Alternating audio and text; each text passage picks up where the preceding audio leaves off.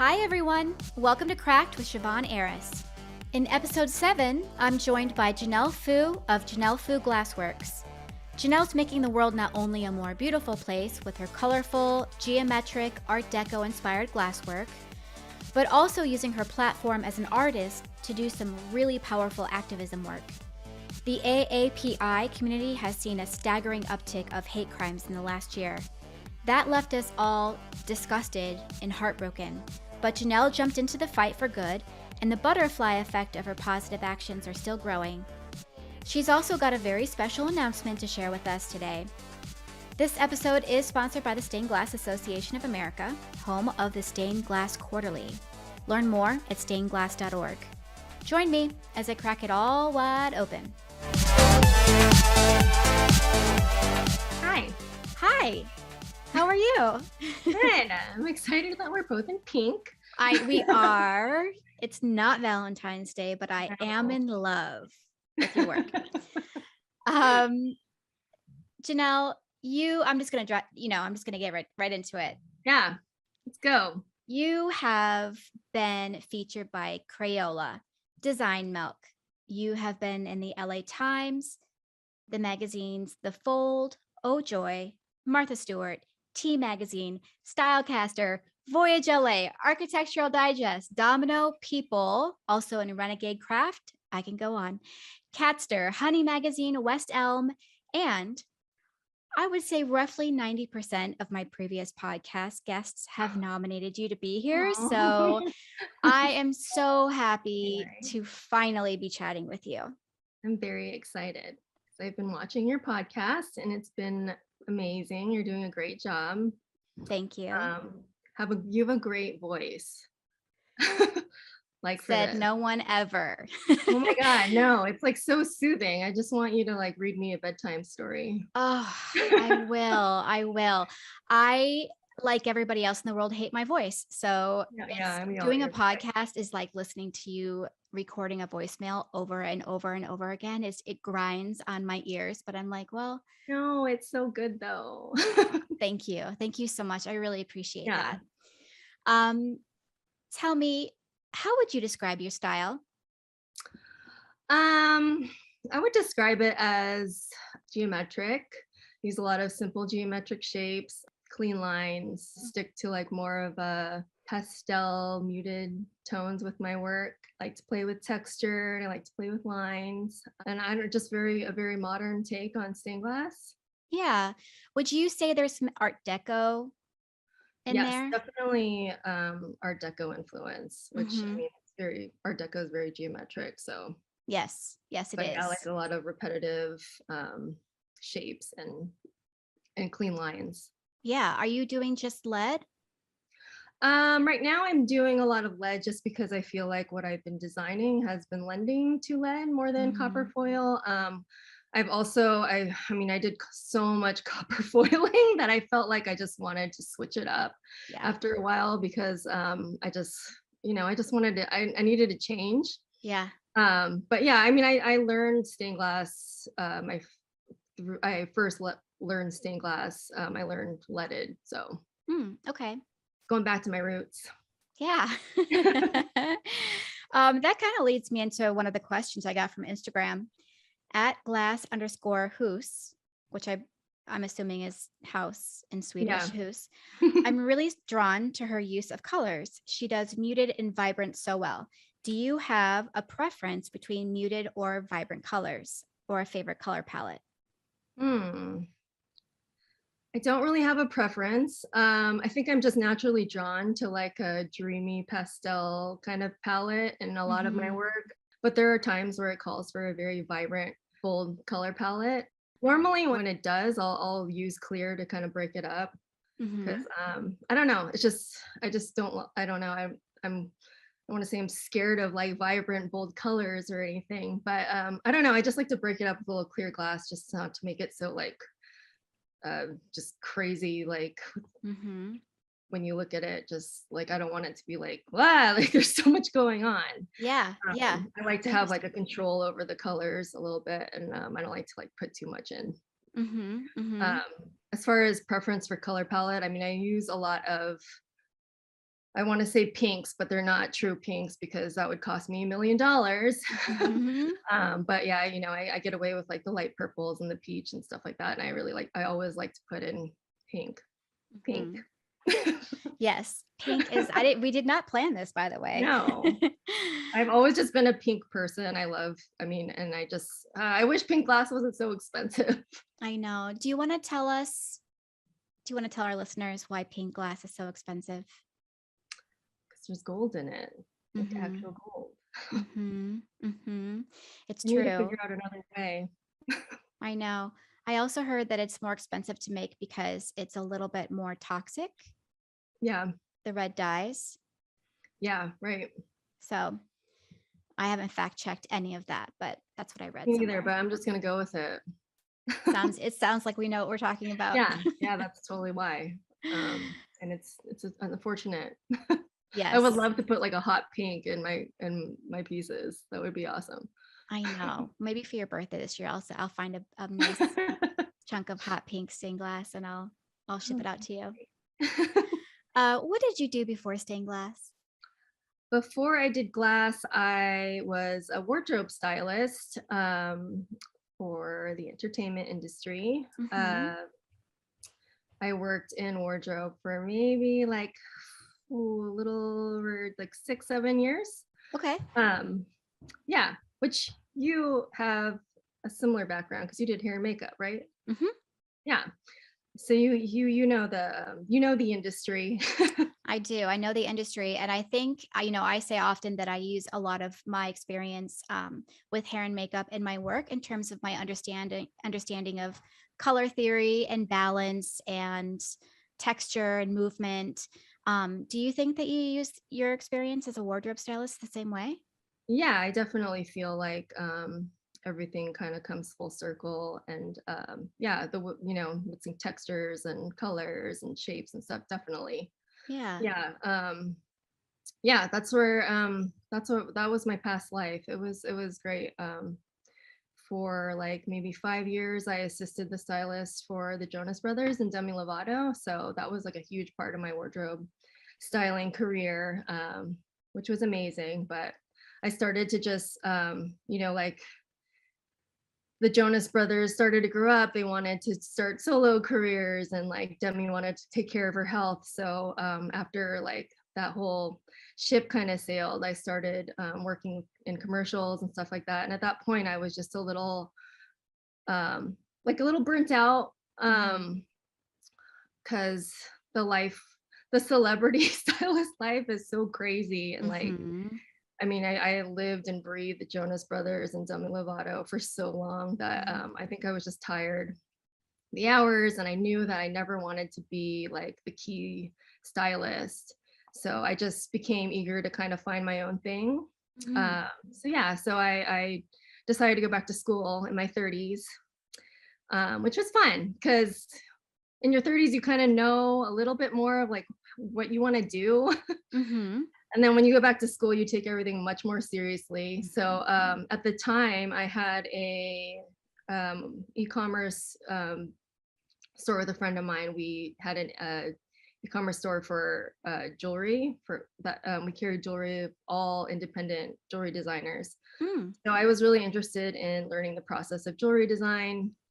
So Pasadena City College had a jewelry design certificate program. So I enrolled in that. And that's actually where I got introduced to stained glass, because we had to take a course called crafts, best class in the world. Yeah. You told me to take a crafts course and I'm there.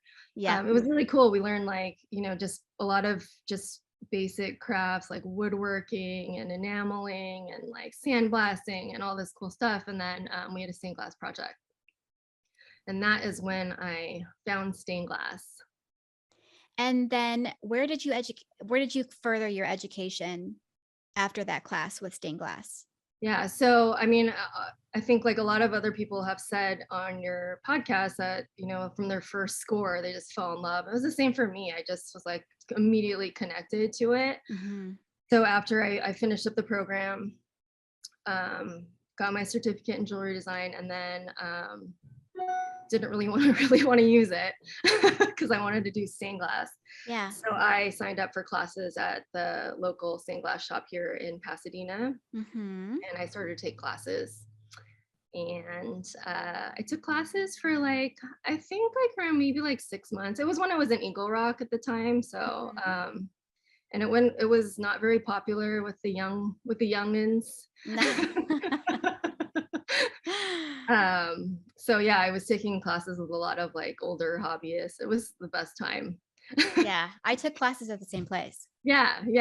I'm familiar with it's a really great little place to take It classes. is. And I love that it's getting love on the podcast because Debbie Bean took classes there as well. And I it's a small business that I really want to feel support and do well. And so I love Ron like so much. He's the best. And I just I don't know what I would do if the store wasn't there. I know. Yeah, Well, I'll tell you because I moved away and it's a dark place to not have the stained glass supply, the Pasadena stained glass supply close by anymore. It's the best. So I took classes there. When I first started taking classes, I was really interested in three-dimensional design. But yeah, I learned copper foiling because like I had said before, I learned lead at first. So I did my first copper foil panel, and then after that I wanted to really learn how like three-dimensional construction. So I kind of started with that and doing like terrariums and a lot of three-dimensional objects. I also had this idea in my head that I wanted to work with all lead-free solder. How does that work out? I have never even tried that. I mean, I'm not doing it anymore. What was the difference? Is it just not smooth, or it's just a little harder to work with? It solidifies a lot faster. Patina doesn't take as well.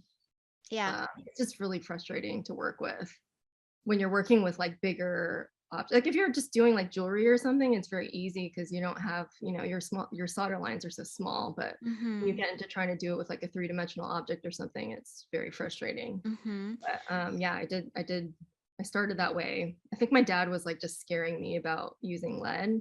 And then I quickly learned that, it's not that risky as long as you're taking all the precautions and everything. Exactly. And there's not that many precautions you have to take, right? Yeah. I mean, wash your hands, don't eat while you're working. Right. I have respirator and a fume extractor. So that's awesome. Yeah. At what point did you have a glass breakthrough and decide to completely focus full time on doing glass? Let's say, so after I felt comfortable enough with just like the basic skills of stained glass from the class, I stopped taking classes and I just continued to kind of like do trial and error on my own.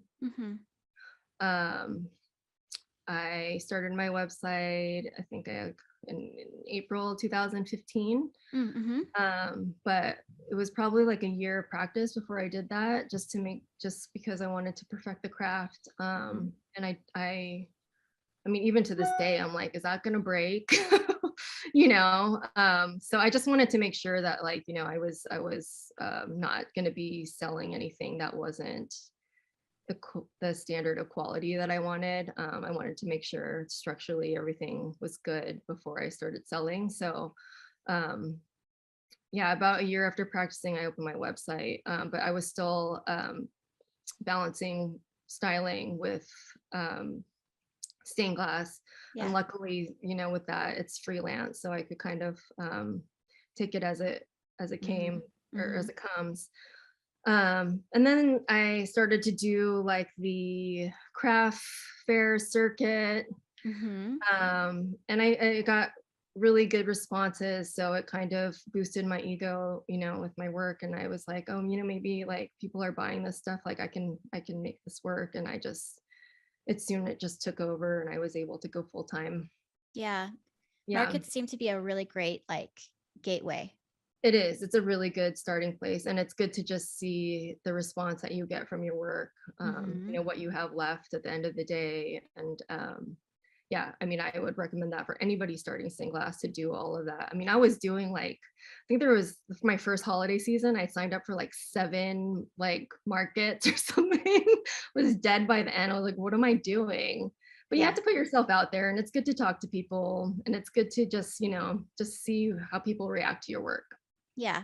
Yeah. And I Yeah. think too, and again, we spoke about this in Debbie's episode, is that I think it's really good to sort of set those short-term goals for yourself in terms of, all right, it's October. I know I have something in December. This is the date, and this is what I need to do between now and then. It's a really great Mhm. structure in terms of like setting yourself up for success. Right. Yeah. Yeah. Just learning how to kind of keep and maintain a schedule. Mm-hmm. I can't say that I know to do that now. Well, Good practice. yeah. Yeah. I think it's kind of similar to the freelance life in the sense that it's like bursts of madness, and Yes. then you're dead afterwards. And then you Mhm. kind of like rest up, Totally. and then you're like, I'm ready to go to the battlefield again. Yes. Yes. Um, Great way we've to spoken describe a it. lot on this podcast about how we all work alone in our studios so much as stained glass artists. Does this solitude of this job, does that suit your personality well? It does. I think like many other artists, I'm more of an introvert. So I don't mind. I don't mind like working in my studio by myself and just binge watching TV while I'm working and or listening to a podcast or music. It does get lonely. Yeah. We talk to ourselves a lot. Yes. Yes, we do. Uh-huh. Yeah, I mean, I wish that I had a studio where my cats could come in, so at least I'll talk to my cats and just be a crazy cat lady instead of talking to myself. But Yeah. um, yeah, I mean, it definitely, I make sure I get the social interaction other ways, but Yeah. I'm fine with the solitude. What about you? Uh I think I'm good with it. I really like to be by myself as well. Um, but I wasn't prepared to answer this question. Obviously, I'm like, No, really, I'm interviewing you. I know, I know. Okay, no, this is good. I always tell people like you can ask me questions too, but here I am actually fumbling for an answer. I think that I am not, it's not I live in the gray area where I'm very much an extrovert and I'm an introvert, and so I do enjoy being by myself. I grew up an only child. I like being alone. I enjoy that Mhm. time by myself, but I need to balance it, you know? Right, So right. yes, I like it, but if it was all I did, then I think I wouldn't like it as much. Oh yeah, definitely. Yeah. Yeah. I gotta like mix it up Yeah, and have different experiences as well. Cause I don't yeah. consider myself a full-on introvert. Um, so lately you've been doing a lot of activist work to support the AAPI community and raising money Mhm. and awareness for the fight against Asian hate. Can you Yes. tell our listeners what AAPI stands for? Yeah, AAPI stands for Asian American and Pacific Islanders. Yeah, I mean it's not anything I planned for, but it was like early March when the attack on the AAPI elders like kind of started to surface. That I felt like I really needed to do something. Like I just felt very helpless, but attack on them as an attack on me, and I was like, oh, what am I gonna do? Mm, So yeah, I mean, like, I my original idea was to just raffle off one of my stained glass pieces and raise a couple $100, donate it to a AAPI organization, mm-hmm, and that's what I was gonna do. And then I was like, oh, it'd be cool to get a couple of my other friends in on this. Like I knew a handful of AAPI makers. So I hit up my friend and she was like, yeah, I want to do it. And then I hit up a couple, like 2 other people. And one of my friends was like, oh, I can't do it right now, but you should try these people. mm-hmm. And then so I contacted them, and then it's like it went from like 1 to 3 to 5 to 70 people in the end. Oh my I was like, what am gosh. I doing? Yeah. But it was amazing because everybody just knew somebody that would definitely want to be in on it. And I was like, how am I going to do a raffle with 70 people? I don't even know. Like, I've never done this before. This is crazy. So Mhm. I started to kind of research it, quickly learned that raffles are actually illegal in California. You can't do it. It's like a form of gambling. So I was like, oh, great. Now what am I going to Wow. do? Okay. Yeah, I was like, I don't know what I'm going to do. And then I reached out to a couple AAPI organizations to be like, hey, I have like these 70 artists. They're all willing to donate items like to raise money. Like, can you help? Is there anyone that can help me like organize some way to have a fundraiser? And they were Mhm. all just like really busy.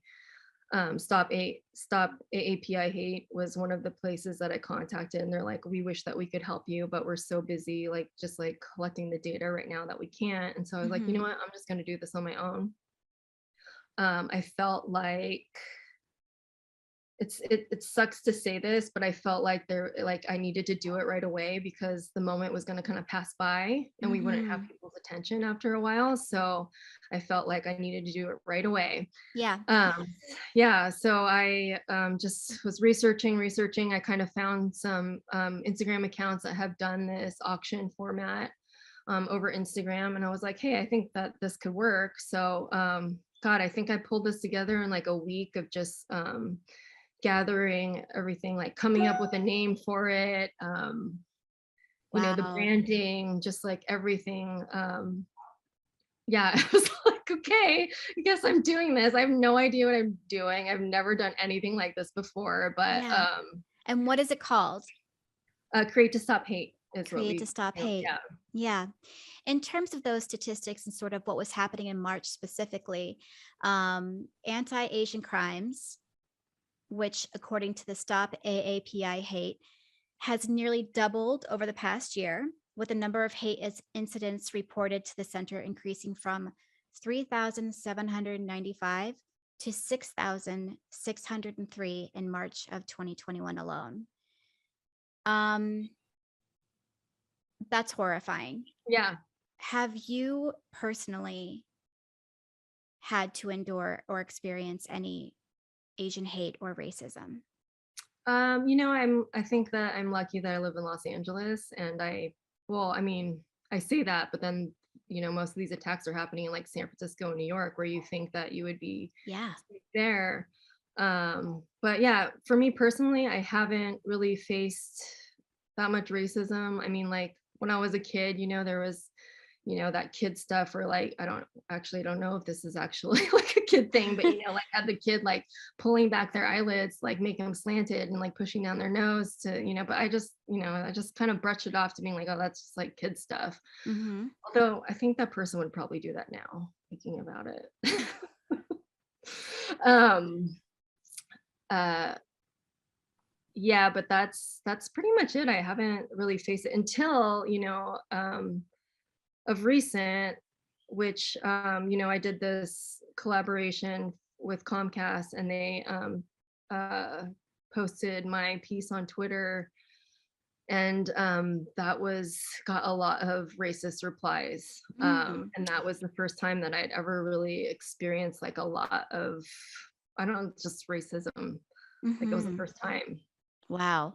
Yeah. So speaking to that Comcast project, at Other Mother on Instagram said, not a question, but I'd love to hear more about her partnership with Comcast, the Heritage Project. So this is a collaboration you did with Comcast. Can you Yeah. walk us through what happened and how it started? Yeah.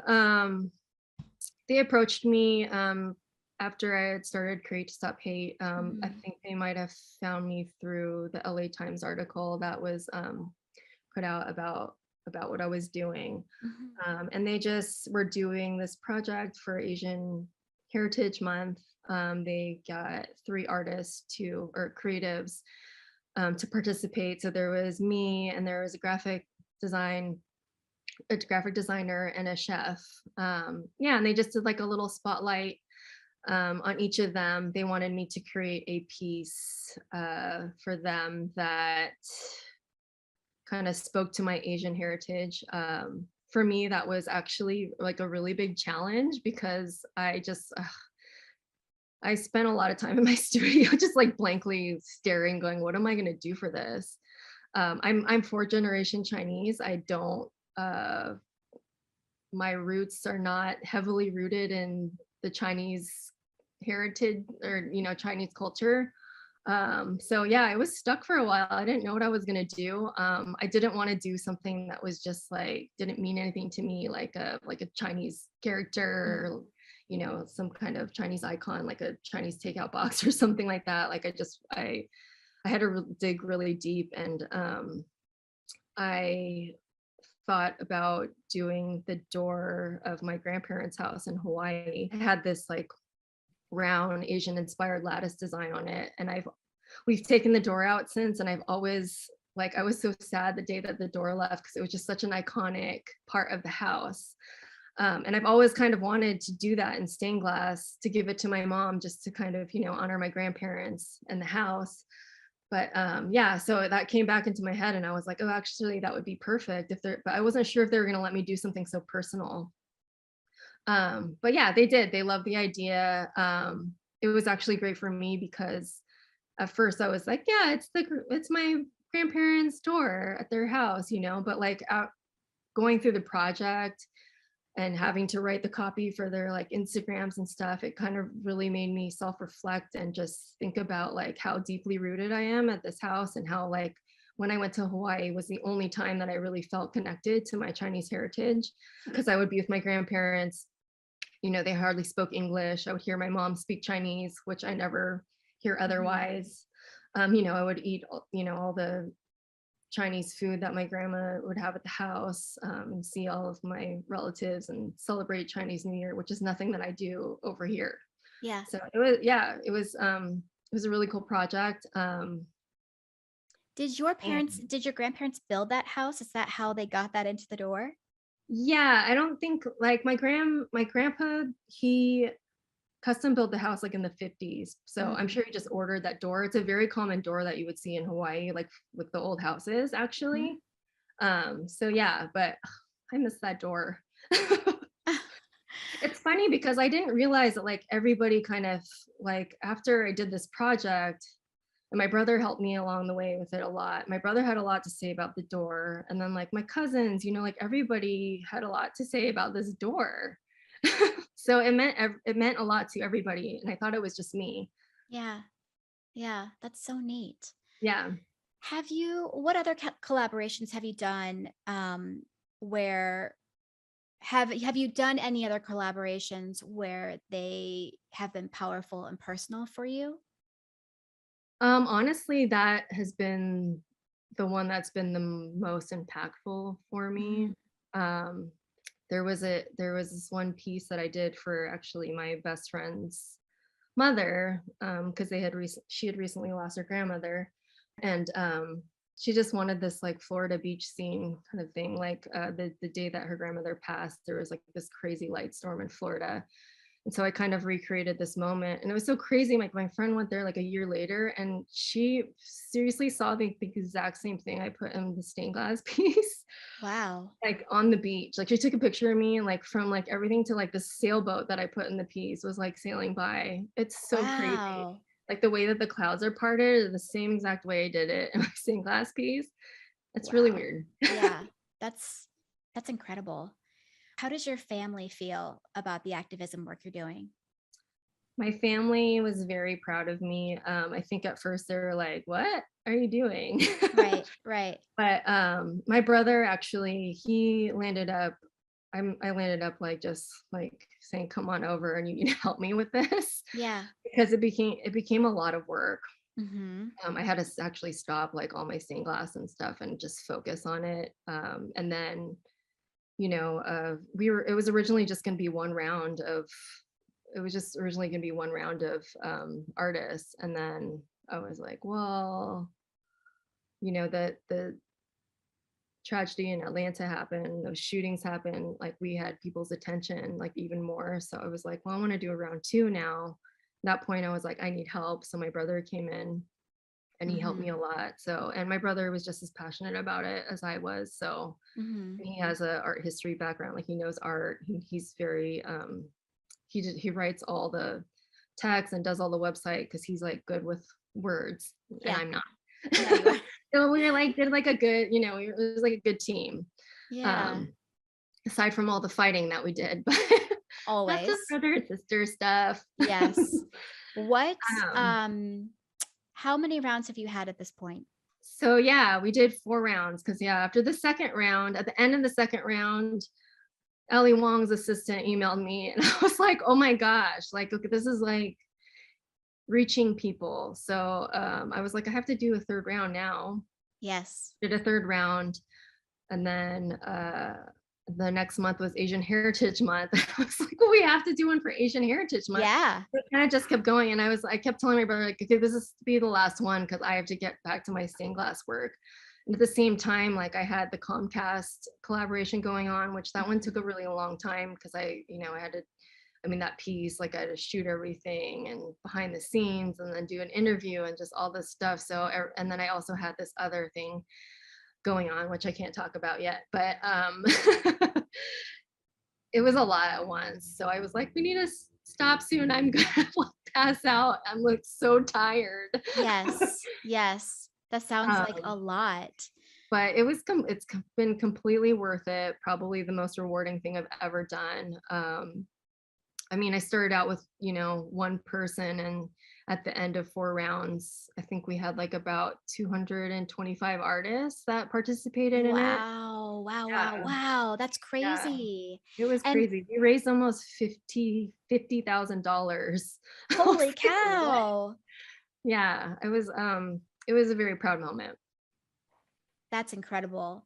And Yeah. every person who donated to your auction is notable and worthy of acknowledgement and celebration. But you mentioned Ali Wong. Is there anybody else that you want to Yeah. shout out or acknowledge? Yeah, it was amazing the response that we got from people. My brother and I just started like going, like reaching so high. Like we were just like, well, let's just email them and see what happens. And I would just email these people and be like, they're probably gonna say no. But every time we would reach out to someone, they were like, yes, I'm in. So yeah, we had this my husband is a photographer. He was like, you should try to reach out to this San Francisco photographer, Michael Jang. He's like, he probably won't, but you might. I reached out to him. He was down. He's this legendary photographer. He probably had like his biggest moment in the 70s, but he's like a Guggenheim photographer. Like he's amazing, and he donated. And he actually had been putting a lot of his photographs, like street art, all over San Francisco at the time. So he donated 2 prints to the auction. That was amazing. And then we had a lot of Top Chefs, celebrity chefs from Top Chef donate, cookbooks and classes. So that was really cool. We had like Melissa King, Kristen Kish, Mei Lin donated like her little umami sauce that she does. That was amazing. And then we had these great authors that donated as well. Ocean Vuong and Cathy Park Hong both donated books, and a few others. Yeah, I don't know. It was crazy. Yeah, it sounds crazy. I was so excited. Where do the proceeds go from the auction? The proceeds for this all went to Stop AAPI Hate. They're an organization that is responsible for collecting all the data and all the reports of like the crime and the hate crimes and everything go to them. Okay. How did you manage to gain traction and attention for your Create to Stop Hate project? I know you did the article in the LA Times. How else did you get the attention? It was crazy. We got some really good people reposting and sharing, like Ojoy shared it, and then we had like Shop Bando share it, and it was great. But yeah, that's thank God for Instagram. Sometimes. Yeah. Not all the time. It's a double-edged sword for sure. Yeah. Create to Stop Hate has had 4 rounds now. What are your goals for where you want it to go? I came up with a crazy idea of actually turning it into a nonprofit. So my brother has been taking some nonprofit classes because we don't really know anything about running a nonprofit. Yeah. Yeah. But yeah, that would be great. I feel like it's gotten such a good response. I think that there's a need for it, even if maybe the attacks and all the hate crimes are not so mainstream or covered by the media right now. They're still happening. Yeah. And I think there's just always going to be a need for AAPI representation. I think that we're kind of like unrepresented in a lot of areas. So yeah, I would love to continue maybe making a nonprofit, continue to raise money, maybe for different AAPI organizations. Now that the world has kind of opened up, it would be really cool to do in-person events, like maybe like an in-person auction or even like a market or something that features all AAPI artists. People can shop. I think there's a lot of possibilities, so I'm excited. But yeah, it's a lot, it's a lot to do while I'm trying to run my stained glass business. Yes. So I'm lucky to have my brother helping me, and he's excited and he's passionate about it too. So That's he's been a great help. Yeah. That's so great. What advice would you give to an artist who wants to do something similar, maybe like organize a fundraiser with their work or any other way to raise money for a cause through their work? Yeah, and I wish I wish I was someone that felt that they were qualified to give this kind of advice. I mean, I know that a lot of people do raffles and to raise money for charity on Instagram, and I think that's been a really good and successful way to fundraise. If you want to keep it small, I mean, if you want to go bigger, I mean, I don't know, just go for it. Right. Yeah, I mean, I've been completely winging it this entire time, but yeah, I mean, I pulled it off, and I think that if you really want to do it and you put your mind to it and you put all the work into it, anyone can do it. Yeah. Yeah. Yeah. I agree with you. It's just like everything else. Yeah, it's just like my business. Just wing it. Swing it. Put the time in. It'll work itself whatever. out. Like, yeah, I want to make stained glass. No idea about what to do on the business side, but hey. Speaking of the business side of things, we've spoken a lot about Create to Stop Hate, this organization, and all of the activism work that you're doing. But back to you as an artist, what are your personal goals in terms of career? My personal goals. I would love to do more commissions in the future, installations, and just, I don't know, just hopefully stay relevant as a stained glass artist. In the near future, I don't know. There's might as well spill the beans that I'm pregnant. There it is. Oh, in the near future, I don't know. I have plans, but who knows what's going to happen. There's the big announcement. Yes. There's going to be a little baby Foo. Do you know if you're having a boy or girl? I'm having a boy. Yeah. You are? Yeah, I'm excited. My husband wanted a girl. And I was like, really? Because I have a stepdaughter, and I'm like, you want another girl? He's like, I know this. I know how to do this. I know how to speak girl. Yeah. But she's like 14 right now. I'm like, you want to go through all of this again? Yeah. Like years. And I mean, I was a teenage girl. I don't want to deal with me. Yeah. I don't know. I could be wrong. I've never met your husband, but I think so. I have a girl and I wanted a boy, and then I had a girl, and then I was around little boys, and I was like, I'm so glad I have a little girl. Yeah. But if I were to have a second one, I would want another girl, because I feel like I speak girl. I know what girls need to hear. I know what girls like. I feel like I'm really like, I've planted my flag in the job of being a girl mom, and I know what I need to do in order to like create a powerful woman, Right. Yeah. I mean, I would have been happy either way. It's been a long journey for us. So I'm just happy to be pregnant. And boy or girl, I would have been fine with. But I kind of just wanted a boy just because I thought it would be, good for my husband to just kind of like have an experience of raising a boy instead of a girl.